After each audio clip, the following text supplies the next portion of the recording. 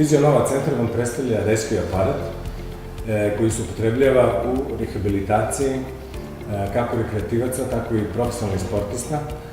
Ovde je u pitanju Milan Rašić i došao sa povredom frakture medijalnog maleolusa, distorzijom i distenzijom zgloba.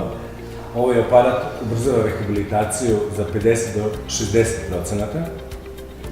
Ono što ga karakteriše jeste da njegova frekvenca, koja je jako visoka, i ono što je najzanimljivije jeste da dok se ona povećava, pacijentu je sve prijatnije.